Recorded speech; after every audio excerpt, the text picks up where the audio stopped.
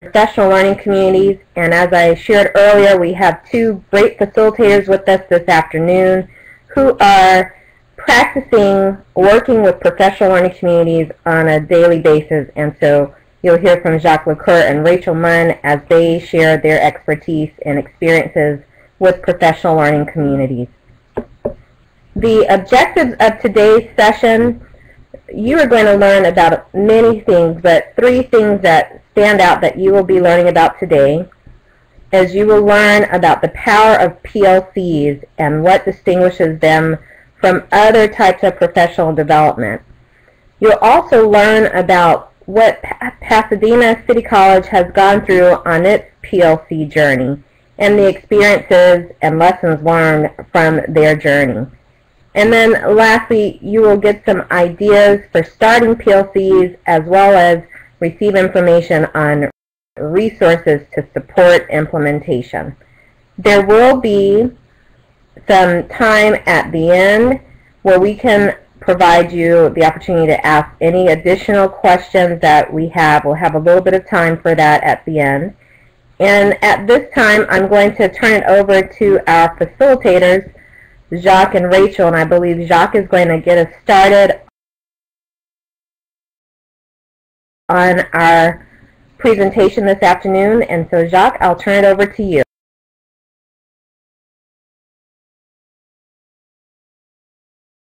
Thanks, Cherise. And we'll get the main PowerPoint up here in a second. All right. So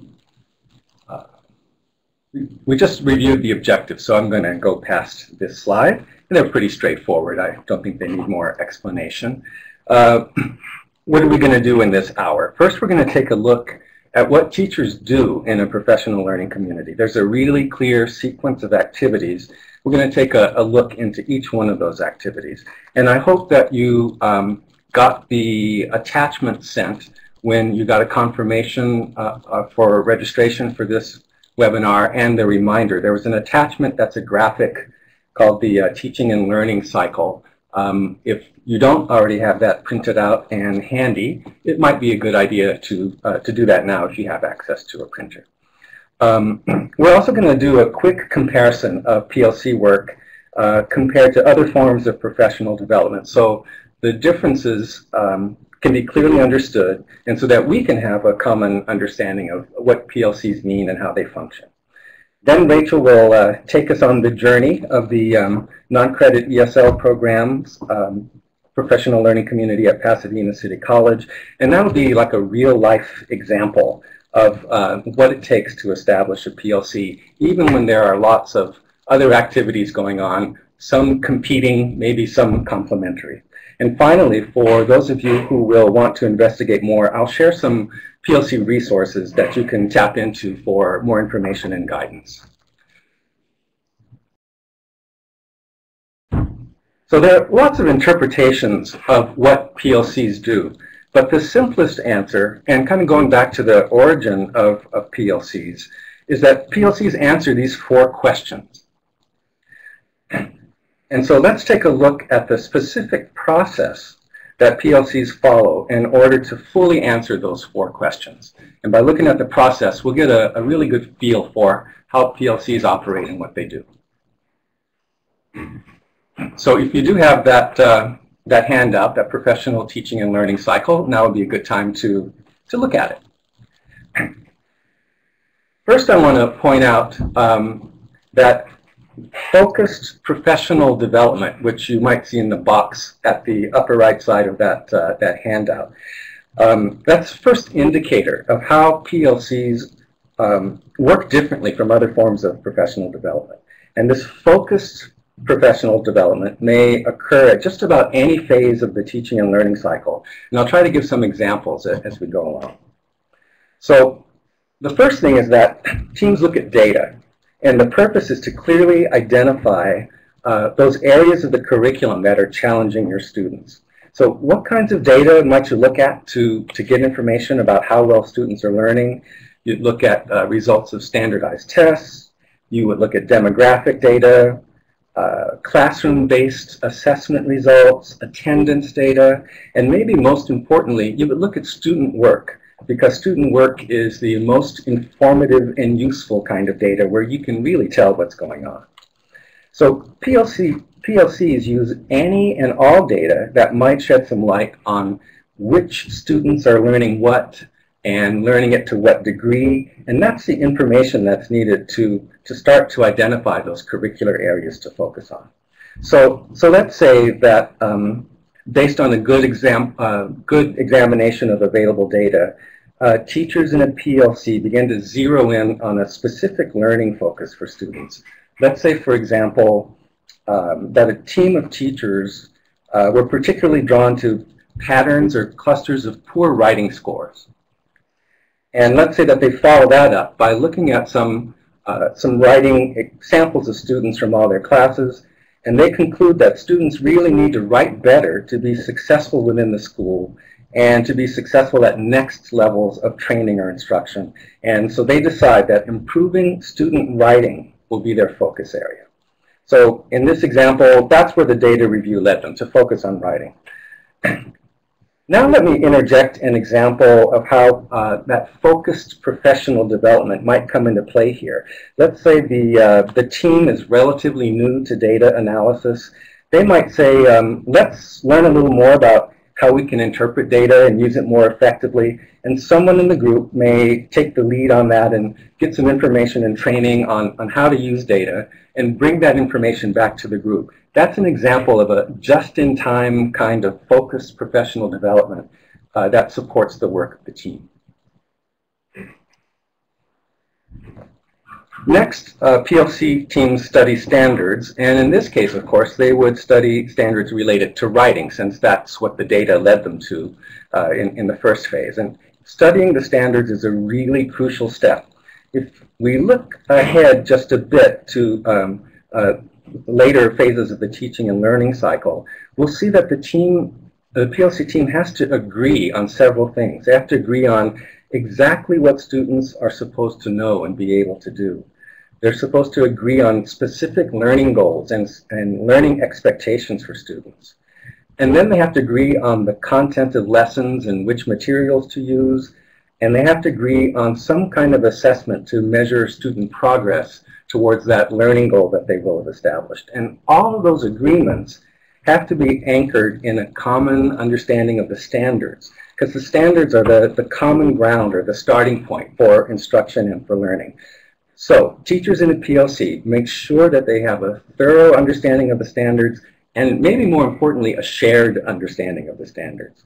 So that upfront common understanding sort of paves the way for a clear focus on exactly what students should know and be able to do, and it's part of the framework that holds the PLC together and allows the team to operate successfully because they're on the same page about the standards.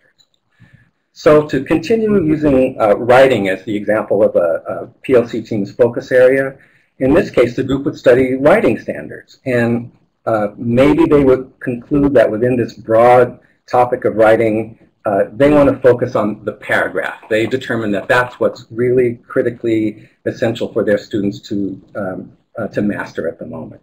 So then they would set a goal for students, a really specific goal, a really specific student learning expectation. For example, by the end of the school year, our students will be able to produce a paragraph meeting the following criteria. And then there might be some criteria about organization and fluency and mechanics and voice and vocabulary, that kind of stuff. But that goal then, that student learning goal, then becomes the ultimate prize for the PLC.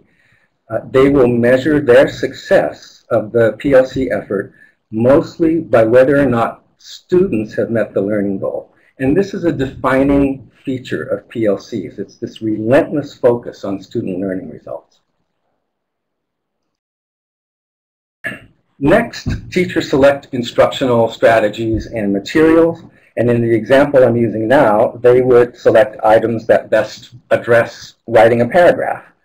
And as part of this selection process, teachers would do things like review recent research on what works in writing instruction. They would review materials and textbooks related to writing.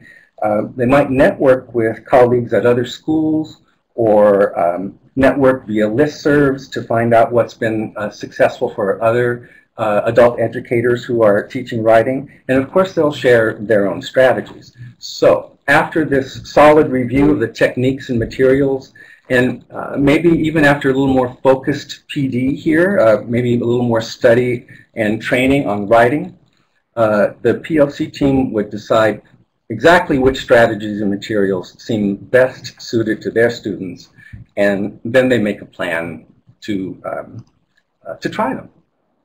Which brings us to the plan phase of the cycle. So let's step back just for a second and recap what's happened in the cycle to this point. The team has looked at the data and they've identified a focus area. They understand what the standards say students should be able to do in this focus area, which is writing.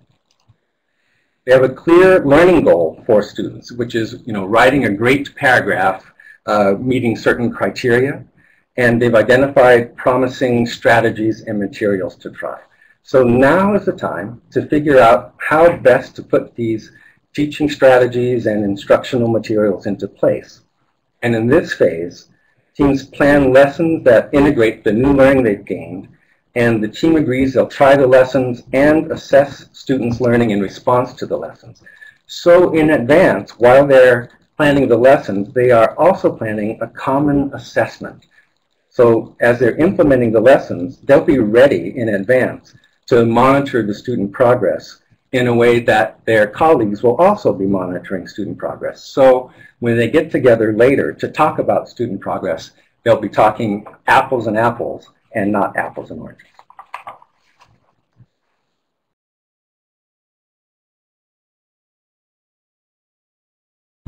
After planning, it's implementation time. And the lessons and materials and assessments that have been planned are put into action. And during this time, it's really common for teachers to visit and observe each other's classes in order to see firsthand, get firsthand information and a deeper understanding about what's working in these lessons and materials and what's not working and why. It's a way to be critical about the implementation effort to make sure that the effort is on target. So the participants in a PLC essentially say, we're committed to student learning results, and we're going to find out exactly what works to get those results. And we're going to commit to using what works. So to begin to find out what works, they implement their best thoughts about lessons and materials that they think their students will learn best from. Then moving to the next phase, the teams take the results from the common assessment, and together they look at what students have generated.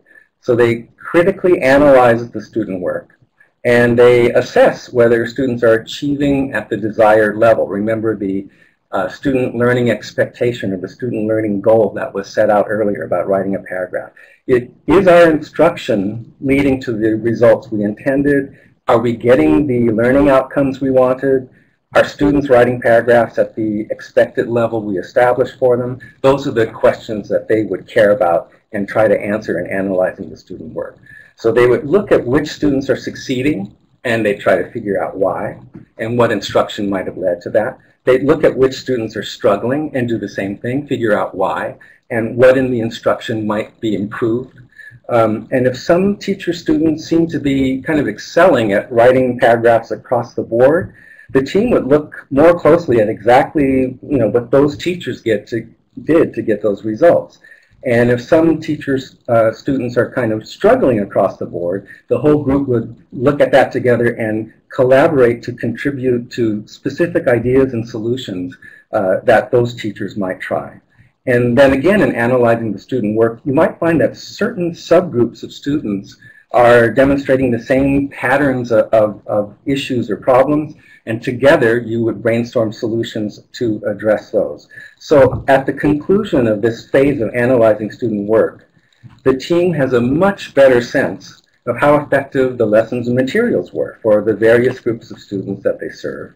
And they're ready to move into the next phase, which is the continuous improvement phase. And this is where you adjust instruction. So the typical pattern is for the implementation phase to be less than perfect, because that's to be expected. It's, things rarely work perfectly the first time. So after the team looks at the student work generated by the common assessments, they'll revisit the lessons and the materials and the strategies, and they'll adjust them to improve the chances for higher levels of student learning. So the lessons will get improved or refined or expanded or replaced, whatever it takes to get the desired student learning results. And the team may repeat this part of the cycle, the implementation and analysis part of the cycle a time or two, because PLC teams don't rest until students have succeeded. That's their main measure of success. So in the end, think about the results and the benefits of this cycle. The students who were there in the classrooms during the implementation phase probably got better instruction and improved learning than they otherwise might have. And later groups of students will really benefit from the PLC work as well, because after the complete cycle, there is a group of teachers who knows exactly what works and how to implement it to achieve a specific kind of student learning outcome. Another thing to keep in mind is that teacher morale increases when there is participation in well-run professional learning communities. And the research declares this time and time again. Not only does the PLC cycle yield good results for students, but also for teachers. Job satisfaction seems to be much, much higher among teachers who work in really well-run professional learning communities. So that's a kind of a quick overview of what a PLC does, except then they start the cycle again. They might choose another learning objective and again go through all of those parts of the sequence to make sure that students are learning really well at a really high level in the next curricular item that they choose to approach. So at this time, I would like to ask Barb to put up the next chat pod. We have a question for you, and would like to give you an opportunity to respond to help us get a better sense of what's going on in your schools and at your places of instruction. What's going on that might already be in place to support this cycle.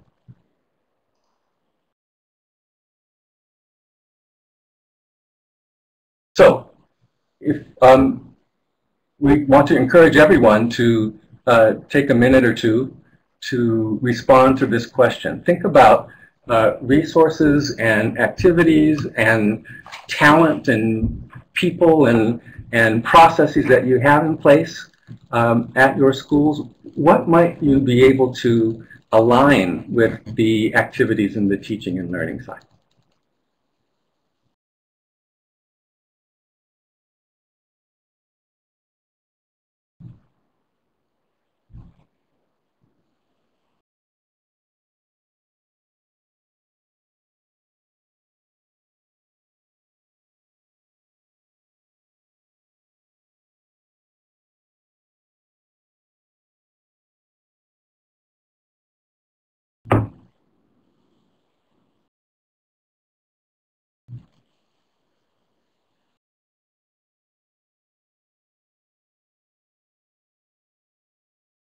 So it looks like Berkeley Adult is getting into the PLC groove. Thanks, LaRonda and Laura, for those comments. Your ABE and ESL departments are both starting to look at students' scores, and that's a great point, great starting point.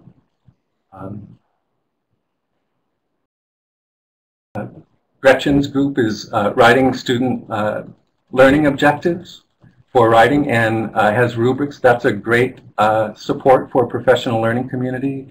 Looking at CASAS data is a really important thing.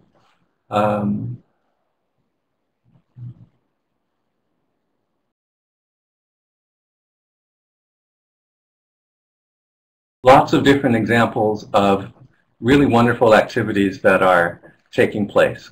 A little bit later, we're going to think about these activities in sort of a designed reflection kind of way, to think about how they can be used as a springboard for really getting into the kind of PLC work that clearly and definitely results in improved student learning gains, because that is the ultimate aim of professional learning communities.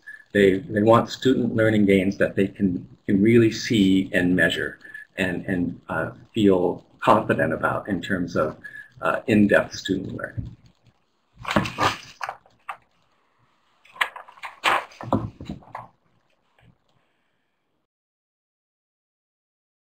Okay, we'll just take another quick comment or two, and then we'll return to the presentation.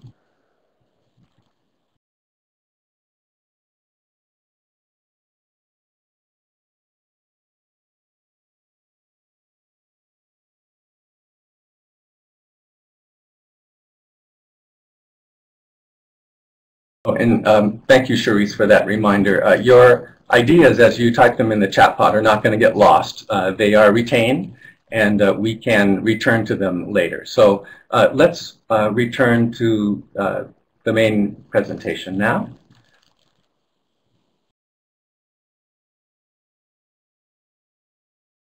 I'm going to share 4 quotes from the research on PLCs, and I'll give you a few seconds to read the first 2 on this slide.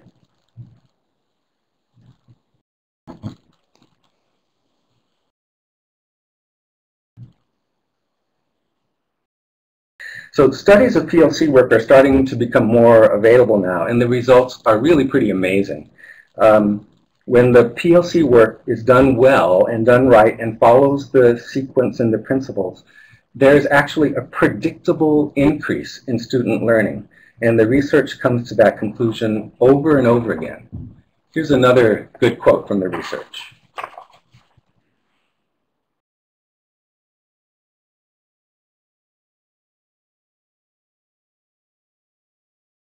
In this quote, look for some of the elements of effective professional development and reflect on that cycle that we just walked through. And I think you'll see that a lot of those elements are reflected in the teaching and learning cycle. And here's the last quote I want to share. And I want to reflect a little bit more on those key characteristics of professional development programs that really work well. And we're going to take a look now at what some of those design elements are. PLC work is data-driven and results-oriented. We set a student learning goal that can be measured, and we stay laser-focused on that goal, and that's what keeps us results-oriented. We're looking for results that clearly indicate student learning. PLC work uses protocols, processes, and norms to help facilitate the cycle. A lot of the steps of PLC work are foreign, and they can be a little intricate to maneuver through. And fortunately, prior teams have created all kinds of wonderful tools to use to make the PLC work go efficiently and effectively. And time again, teams think that it's going to be okay to skip using these protocols, processes, and norms, and almost inevitably, teams that don't use them don't achieve the student learning results that are the intended results, because they get frustrated with the process. The protocols, protocols and norms smooth out the process and make it easier to make progress. Rob Jenkins, who was on this webinar, and I exchanged some messages the other day, and he was talking about the difference between a focus on teaching and a focus on learning. And in something that Rob wrote, he said it's really more than semantics, and I would just like to echo that. If student learning is clearly the goal, it makes the teacher learning secondary and sort of subservient to the student learning. So in traditional professional development, it seems that teacher learning has been the ultimate goal. In a professional learning community, student learning is the ultimate goal, and that's why the student learning objective is set right at the beginning of the process. PLC work also requires a commitment to best practice. That is the point, to find out exactly what works and to use exactly what works to ensure learning of the students in your schools. Also, PLC work is embedded in schedules and in responsibilities.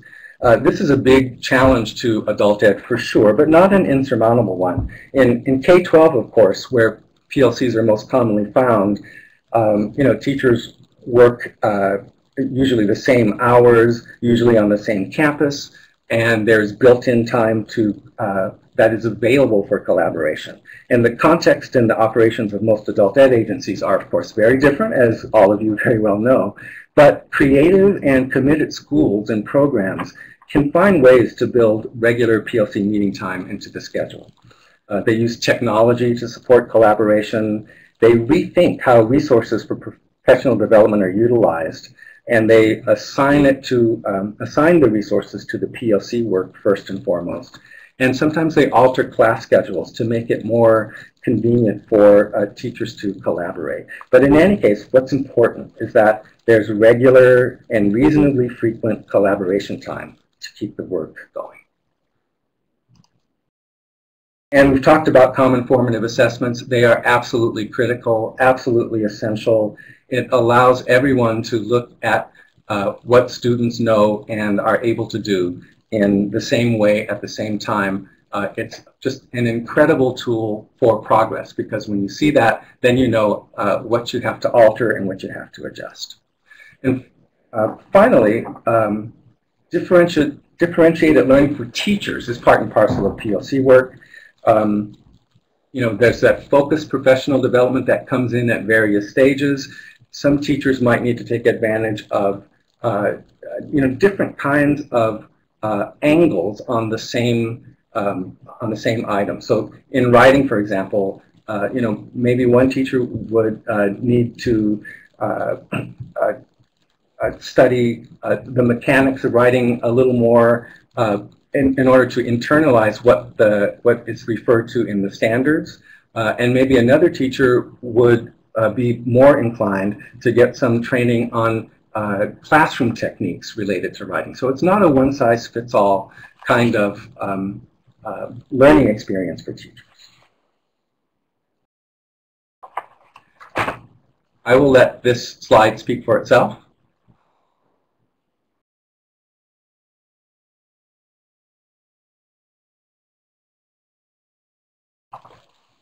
So let's look back a bit and refresh our memories about the kinds of work that teams of teachers are doing at various sites. A lot of you said at the beginning of this webinar that you were doing PLC projects, and I believe that most of the, well, we didn't give you much of an opportunity to share a lot of detail, but it seemed that the PLC work was kind of general in nature from what I could tell, and I didn't see a response that said, our PLC team is working on, a very specific kind of academic or skill focus area for students. It seems like there are different phases and different approaches, and all of these things that you see on the screen are wonderful things for teams to be doing. But what about the 4 questions? The PLCs that get the greatest success really stick to just answering the 4 questions.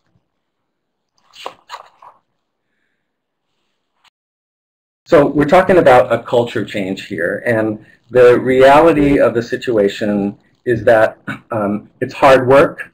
It requires being true to the cycle and true to the key design elements, and it's really typical for PLC teams to launch without a clear enough direction or enough of a solid understanding of the teaching and learning cycle. It's also pretty common for groups to start with a student learning focus and then sort of drift into something else that's not a student learning focus, and that waters down the whole process. And everyone should be aware that most PLC groups take a while to hit their stride. It's a new way of working for most people, and it's a culture change. And it may take a cycle or two before it starts to feel worthwhile, but when it begins to work, teachers almost always say they never want to go back to doing things the way that things had been done before. So I think it's our collective responsibility as a field not to ignore what works. If all the research says PLCs are what works to increase student learning, then I think it's our responsibility to do whatever we can do to put our schools on the path to becoming PLCs. And speaking of paths, Rachel Mon will now take over and lead us on the path that... Okay, thank you, Jacques. I'm going to tell you guys about the journey that non-credit ESL at Pasadena City College has taken over the last several years since 2008. And let me advance the slide here for you all. Basically, in 2007, we only had meetings once a year. And with our new coordinator, Dr. Susan Briggs, some changes took place because she had a vision for the program, and she wanted the adjunct faculty to be involved in decision making, and that took us on a journey that included 3 major steps. The first one is our non-credit ESL curriculum enhancement team that lasted for 4 years.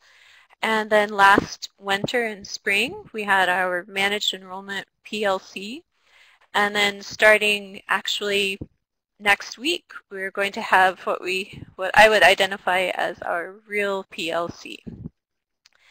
So the first step, our rewriting our curriculum, started in 2008. And for this particular step, it was not integrated like PLC work is. We met on Friday mornings and had about 6 to 10 faculty members involved. And also, this was very different from a PLC in that we, we did not have a specific agenda, but we had a lot of time to discuss ideas, and that gradually led towards us applying our ideas and changing our SLOs, updating our curriculum to help us in moving to managed enrollment. And our new curriculum was actually approved in fall of 2011, a year ago. Sorry, I'm having some trouble navigating here. Okay, and our reflections with on our curriculum work, we had some positive and some challenges that arose. Basically, we did meet regularly, and the meetings were once a month on Friday mornings. The faculty were involved, their voices were heard, they were writers of the curriculum. And there was a new excitement. People were embracing change. We were focused on updating our curriculum to incorporate 21st century skills and raising the bar to prepare our students for pathways to credit ESL, to our business program, and other departments. And lastly, other departments became aware of and interested in non-credit ESL because we had to present our curriculum work in front of the Curriculum and Instruction Committee, and that included several administrators and professors from many departments across campus.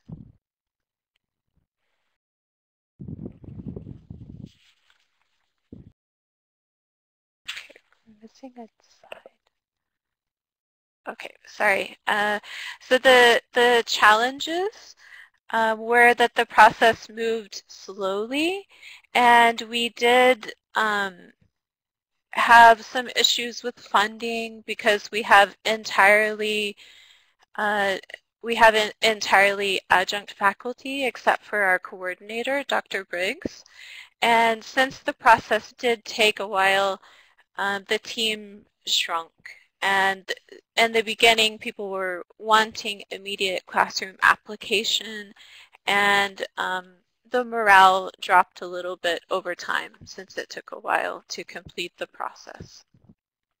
Okay, our second step began last spring in beginning our managed enrollment PLC, actually in January 2012. And we started by obtaining administrative support and funding. And this included going to our vice presidents and just telling them about the vision for our program. And we were excited, Dr. Briggs and I, because they shared our vision, and they were very supportive, and they offered stipends for me as a facilitator of the PLC, and then also for substitutes for our teachers to attend PLC meetings. Now, as far as our meeting schedule, we met twice a month, and this kept the momentum strong, and also those meetings were very collaborative. The teachers were looking forward to attending them. There was a lot of planning outside of the meetings, and this planning included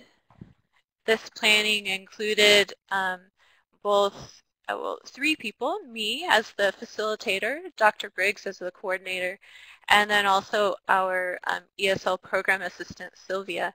And we met regularly and were just hashing out the details of the meetings and support services that we needed. And then also, I'd like to show you guys a sample agenda just to really drive home the idea of the structure of the meetings.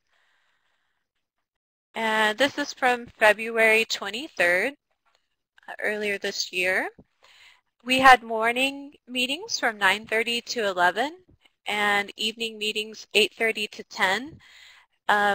In the morning, we had substitutes for teachers while they were attending the meetings, and in the evening, we released the students early, and they were happy to go home. Most of them had worked all day long and were tired. So I'm going to mention the morning and evening norms here in just a second. I'll come back to this in a moment.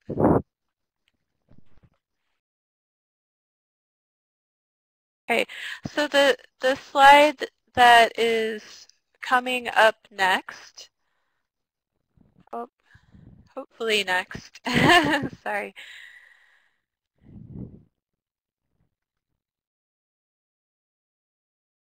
Okay, here we go. Sorry, I'm having some trouble navigating.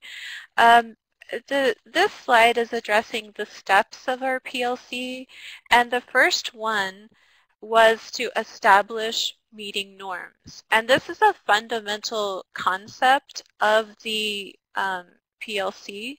You want to have an environment that is professional and a place where you can openly express yourself and feel comfortable doing so. And you can see here in the agenda, we have some norms that we established. We worked from examples given to us by CalPro and then built upon those ideas and then built consensus and selected our norms. And I'll just highlight a couple of examples here. For the morning, I would say an important one was to stay on topic and consider the limited time. Faculty members were so excited to collaborate, but we did have specific agenda items to accomplish, and staying on topic was really important. So there was some redirection. Now, as far as the evening, number 4 was really important, remaining open to conflict and seeing disagreement as a positive part of the process. We really, really embodied this in the evening. People were very open to hearing others' ideas and understanding them and building upon them. And so these norms provided a strong structure for what we were wanting to accomplish.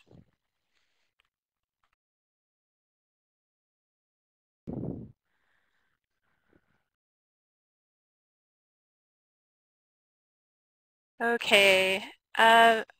Yeah, sorry guys, I'm having trouble going back and forth between these. Okay, so I don't have to go back to any other items again. Okay, so for our third step, we, and actually I'll highlight step 2 quickly. For the second step, we wanted to make sure that we had a shared vision and shared focus for our PLC. And this included unwrapping our non-credit ESL program outcomes. And basically, when you unwrap something, you're identifying key concepts and skills, and you're making sure that the SLOs are usable and understandable, and also focusing on instruction and curriculum development. And it helps you to easily connect the standards or student learning outcomes to assessment and make sure you have a strong connection there. Okay, now as far as the mission, we presented our mission, which hadn't been updated in several years, and then also we're making sure that we got input from everyone, gave them an opportunity to offer some ideas to update the mission. Okay, and our third step was to study and discuss managed enrollment cases. These resources came from Miracosta Community College and also from CalPro.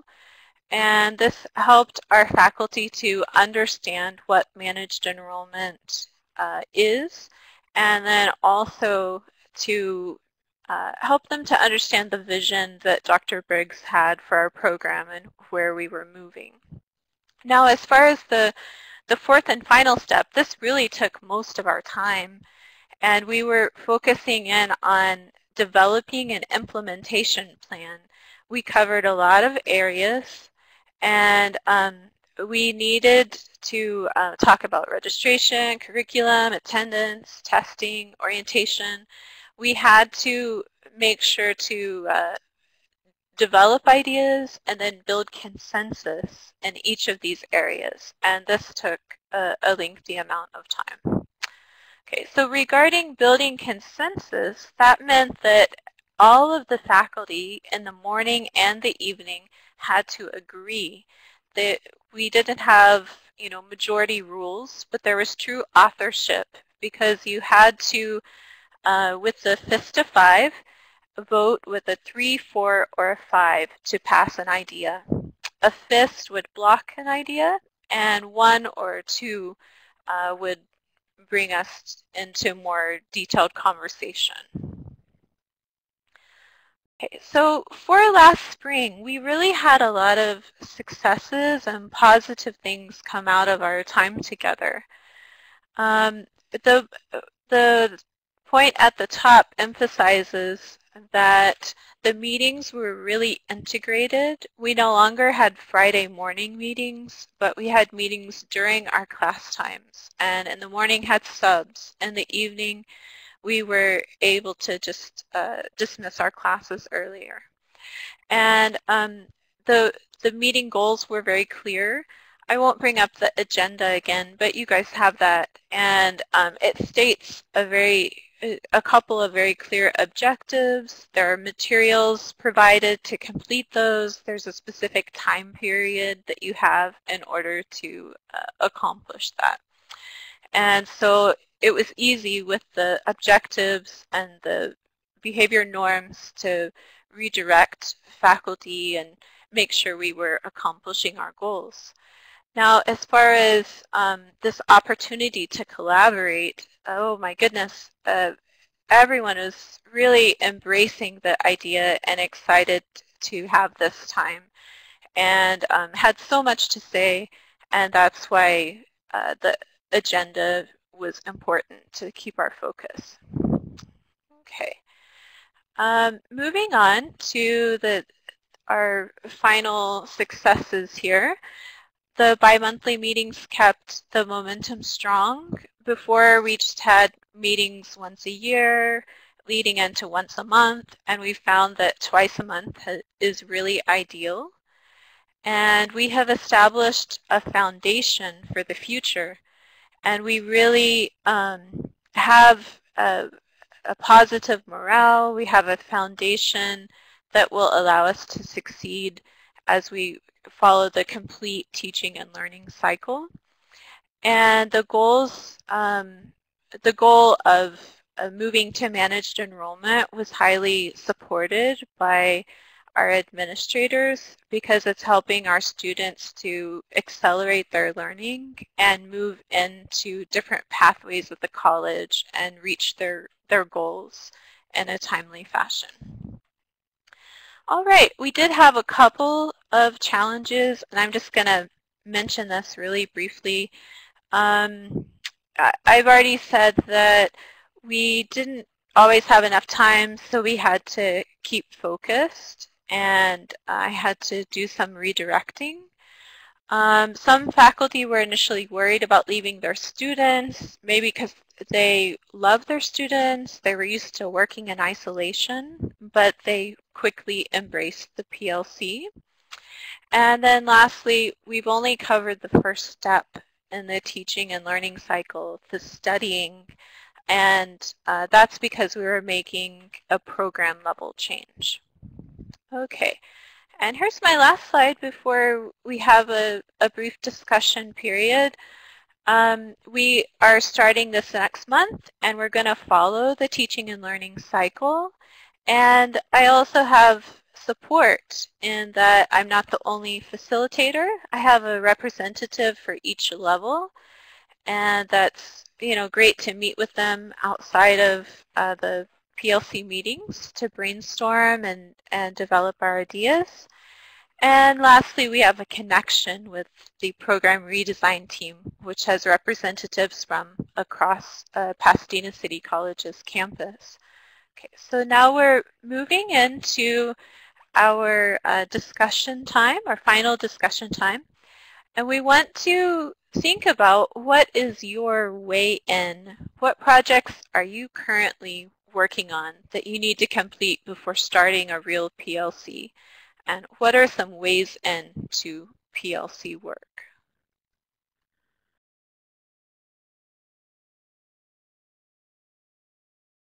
So you can go ahead and type your responses, and the chat pod's available. And I'm going to pass the time over to Jacques to respond to your ideas.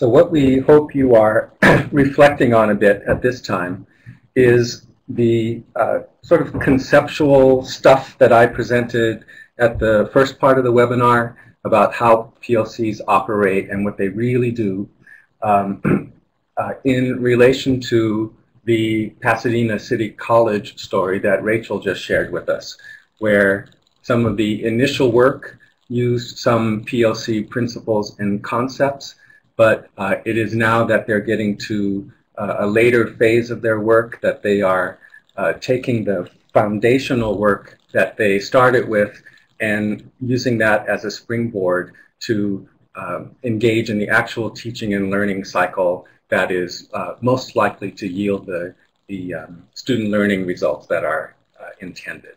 So we're asking you the questions, assuming that you are interested in starting a PLC that is focused on student learning, are there certain projects that you're currently involved in that you might be able to wrap up kind of quickly, thinking that time, energy, and resources need eventually to be reallocated towards PLC work. So what can you kind of wrap up now, and what are some ways into the PLC work?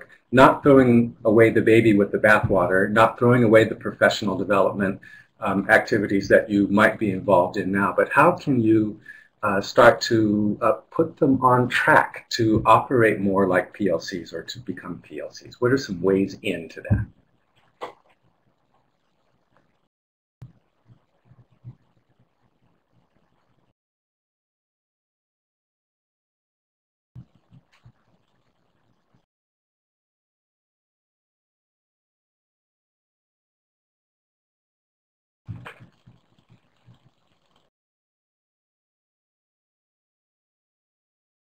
Dana, you mentioned WASC and PLCs. We've heard many reports of participants in the Calpro PLC Institute that going back to their campuses, they implemented PLCs, and that the work of the PLCs doubled beautifully as the work that was supposed to be done with the WASC-based objectives for the school. And so I really appreciate your comment there. That's a pretty common and powerful report that we get about how effective PLCs can be. Sheila, I see that you are establishing norms. That's great. Gretchen, implementing Common Core standards. That is the perfect opportunity, I think, to combine that with PLC work. I see some of you are thinking about common formative assessments already. I applaud you and encourage you to continue down that path.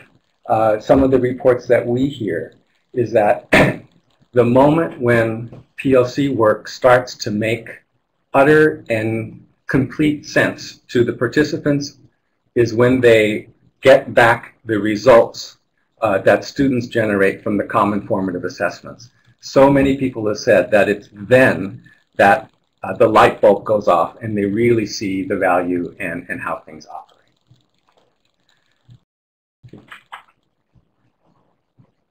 I know folks are still typing. We have to wrap this up in just a minute. Again, your comments will not be lost, and we will share the comments with the chat pod, from the chat pod when we archive the webinar and make it available for folks to access.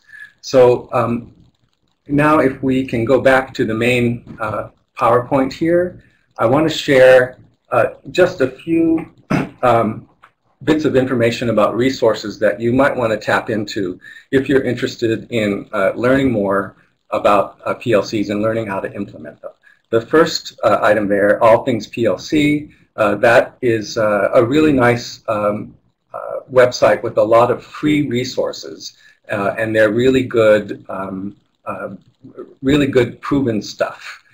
Learning Forward, that second one, is my personal favorite professional learning organization. It's where I go to get a lot of my own professional learning.